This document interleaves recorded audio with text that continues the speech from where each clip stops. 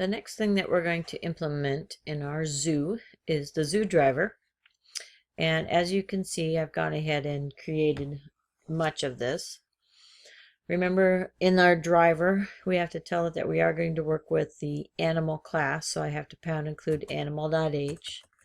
And if I just start typing that in, it usually pops up and I can hit the tab key to include that. And I decided that I was going to add a tiger to my zoo named Zim. And the tiger weighs 200 pounds. And then I noticed that originally I had also included the static class variable to be initialized to 0 there. But because we do that in our implementation file, I decided to change things up a little bit in the animal class. So let's go see what I changed. I decided in animal.h, I don't need to initialize that class level variable because it's only created once for the entire project. So I'm going to delete that. So I changed that in my header file, so I then also need to change that in my .cpp file. So design-wise, I believe this is better because then my static class variable, which is already declared and initialized before the class is created, it's more representative of what's actually happening. And I shouldn't reinitialize it when I create an animal. And so this is actually a better implementation for that. And so now my constructor only contains 2 items, and I should change my class diagram. And as you guys continue with your semester projects, your class diagrams might change from the original, and that's okay. So I would have to go back and edit that. I'm not going to do that right now. So now I have a constructor that brings in the name and the weight, and my total food has already been initialized to 0. In my driver program then, when I create my tiger is named Zim, and he weighs 200 pounds to start with. I'm going to print his information. It might be a female, I don't know. It could be a boy or a girl. I'm going to print the information. I'm going to feed my tiger. I'm going to print the information again, feed my tiger again. So when I get done, the total food for the day should be 40, because we have 20 and 20 being fed to the tiger for that day.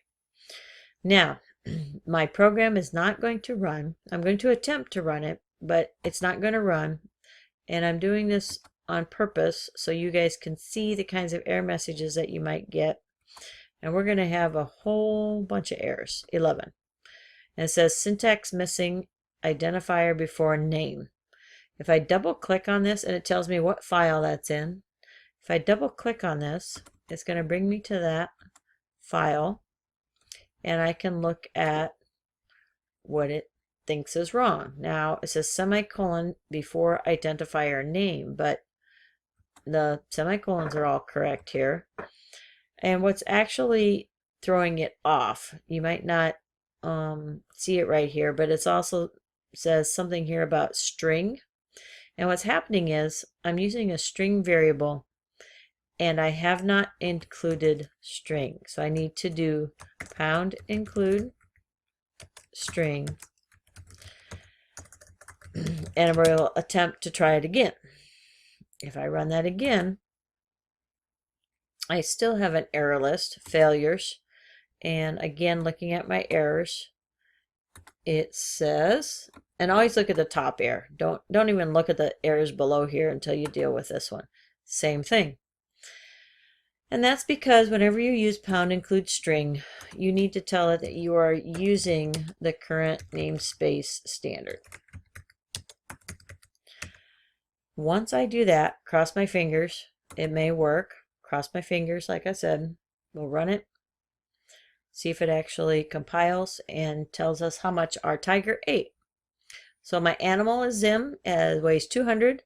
We fed him once and he weighs 220. Total food consumed is 40. I didn't reprint the output, so that's why it didn't show that he currently weighs 240 instead of 220. But it does show that the total weight would be 40. So I know that my static class level variable is working. I know that my output is working for the current animal, and I successfully compiled. Now, let's talk a little bit about standards, industry standards, and things that you probably should not do, but that I am doing because this is a beginning level course. And that is this. It is not recommended that you put using namespace standard here into a header file. I'm not really going to get into why we don't recommend that. It would have something to do with making your code portable, and when you combine everything to deploy it. And I don't know all of the rules, but I do know that. However, when I did that before, you notice that we had all of these errors that we get. We get a whole bunch of errors. So if you have a string, the typical way to deal with that is to use our std in front of the string. Actually, not there. Hold on a second. Okay, the std, which is telling it to use the standard string, should go before the data type, not before the variable type, the variable name. So every place I see string, I should put std : and then when I do that, I don't need to use #include string or using namespace standard anymore. I will try to compile this and see if it runs. And it does run successfully. So for beginner programming, because this is the first time you've had to really work with classes, I will be okay with you #including those. But if you want to program like professionally, then you should use std : in front here. That would be my recommendation. Okay, so I'm going to go ahead and use the professional version on this one. And so I'm going to take those out. Now the other thing then is in my .cpp file here, I also had #include string and using namespace standard there. Again, it's not recommended to do that in your header files in your .cpp. So then every place I have string, it'd be std, and then we put in, and now we have, this is where it gets a little bit crazy, and this is where you might just decide it's not worth the bother. But everything that's an output command, I need to put the std in front of. Otherwise, it's not going to accept. And so I have to one at a time take care of them. I don't know what it's yelling at here. So I have to take a look at that. Okay, I'm not exactly sure where I left off. So what I did was I removed using namespace standard from my implementation file .cpp and from the header file because it is not recommended that you have them in the header file and the implementation file. And in order to do that, then we had to create or use the, every time we use the string, then I have to put std in front of it. And if you look, then I don't have to use #include string or using namespace standard there. Likewise, in the animal.cpp, did the same thing. Every time I have a string, I use std.